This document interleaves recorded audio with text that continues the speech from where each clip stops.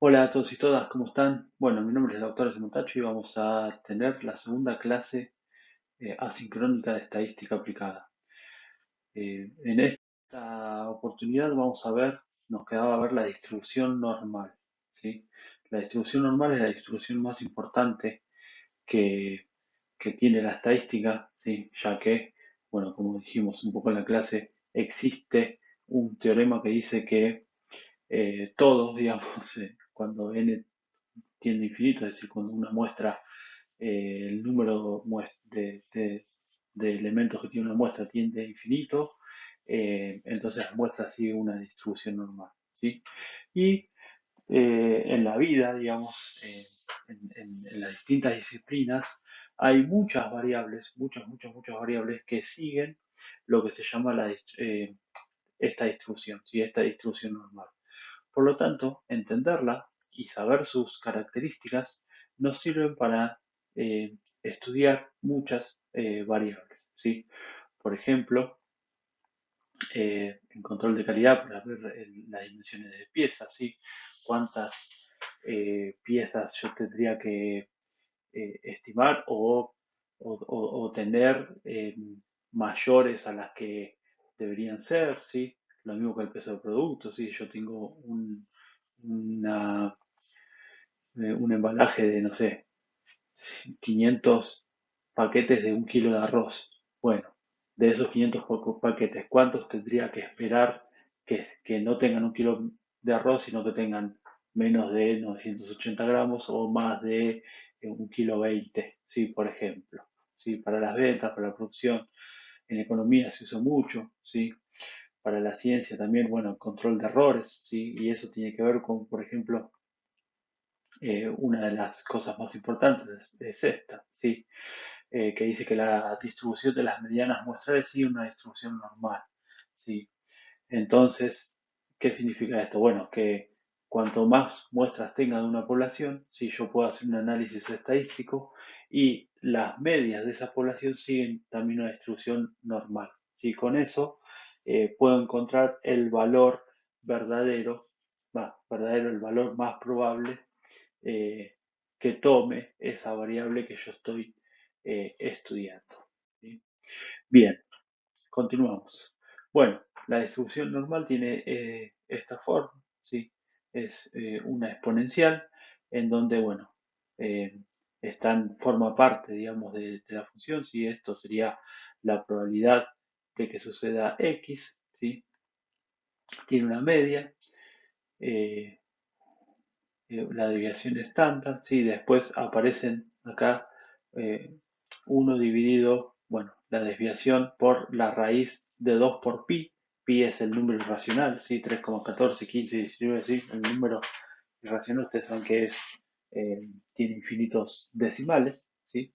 Y después está esta e, que también es otro número irracional, que es el número e, ¿sí? Que, bueno, los primeros dígitos son 2,711828 elevado a la menos x, ¿sí?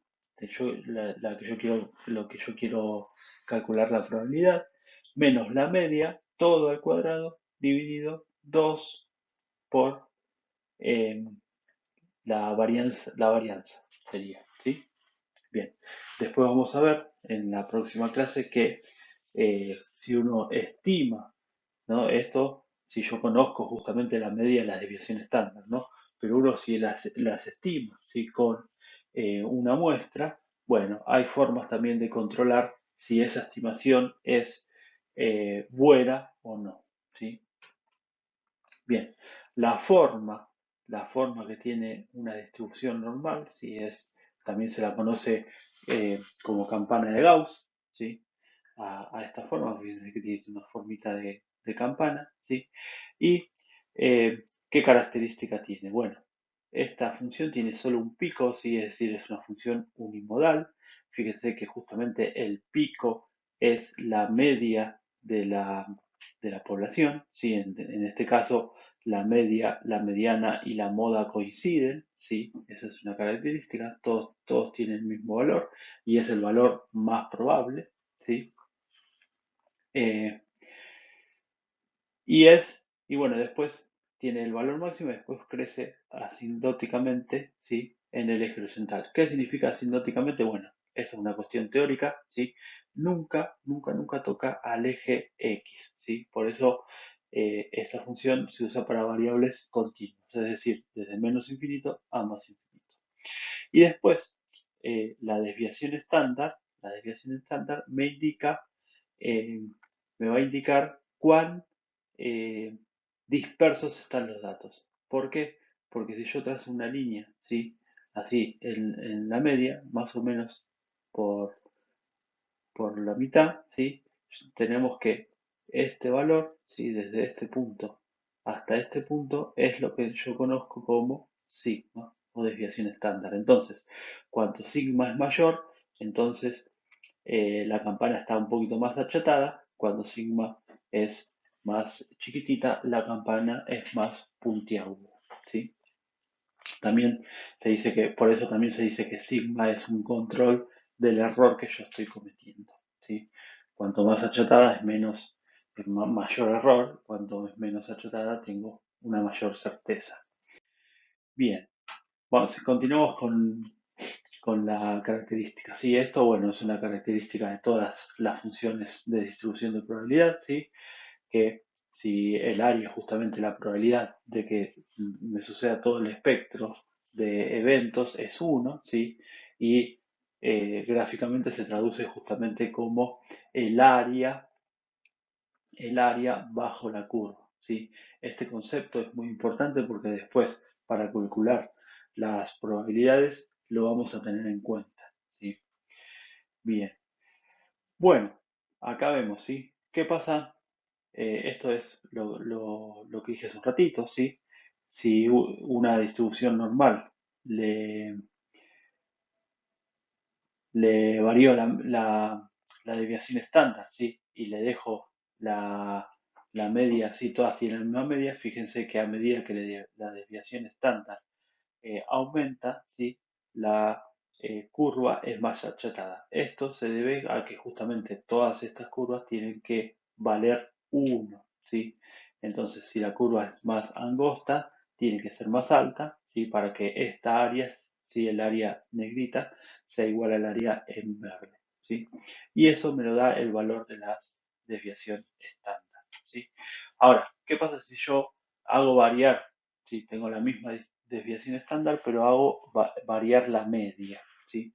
En este caso, lo único que se hace es, se corre, ¿sí? La forma es exactamente la misma, pero la corro sobre el eje X, justamente porque el pico tiene que ser la media de la población, ¿sí? Bien, entonces, ¿qué significa esto? Bueno, que conociendo la media y la desviación estándar de la, mi población, ¿sí? Yo puedo establecer el gráfico de, de la distribución normal, ¿sí? Bien, una propiedad importante, sí, esto es lo que dije hace un rato también, de que eh, la desviación estándar se utiliza como dispersión o sirve para ver la dispersión de los datos, pero también como error, ¿sí? ¿Por qué?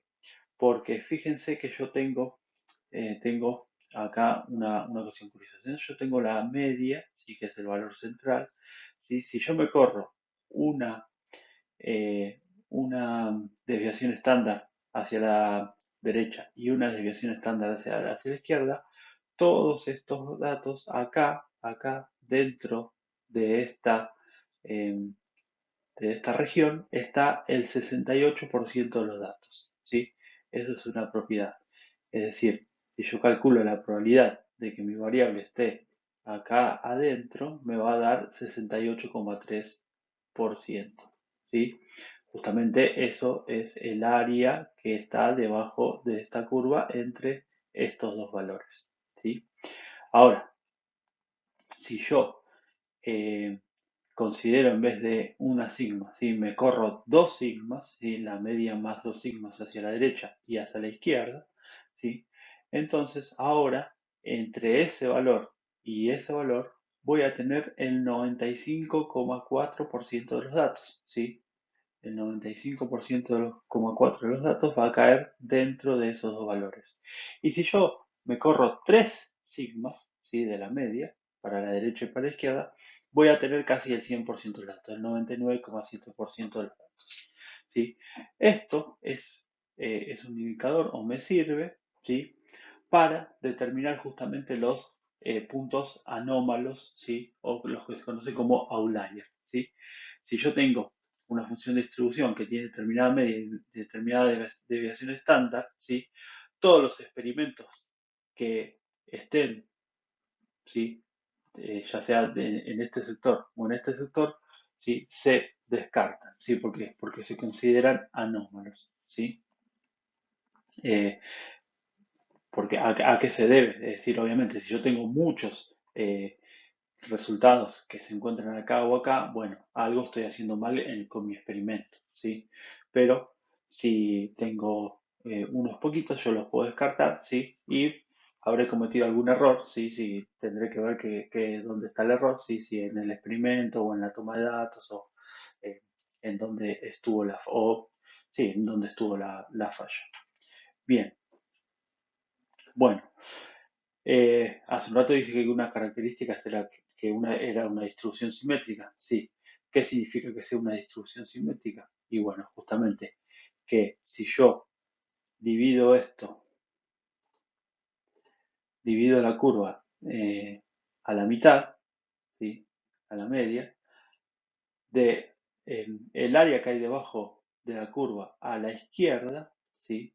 Es decir, todo esto representa el 50% de los datos, ¿sí? Y el área que queda a la derecha de la media es el otro 50% de los datos, ¿sí? Bien. ¿Cómo calculamos entonces la probabilidad de utilizando una distribución normal, ¿sí? Bueno, eso está todo tabulado, ¿sí? Yo después les voy a hacer un ejemplo, un ejercicio, para ver cómo se usa la tabla, ¿sí? Eh, Y bueno, en el Excel también lo vamos a poder hacer, ¿sí? Eh, pero bueno, está todo tabulado y para eso se usa lo que se llama una variable estandarizada, ¿sí? ¿Por qué estandarizada? Y bueno, porque esta variable que se conoce como variable z, ¿sí? Tiene media 0 y sigma 1, ¿sí? Entonces, ¿cómo hacemos para usar las tablas? Les doy un adelanto. Y bueno, tenemos que pasar de nuestra variable, ¿sí? Que no necesariamente nuestra variable tiene media 0 y sigma 1, ¿sí? Tenemos que tratar de pasar nuestra variable y transformarla a z. ¿Cómo se hace eso? Y bueno, haciendo esta operación, ¿sí? Por ejemplo, si yo quiero ver, si yo tengo mi variable x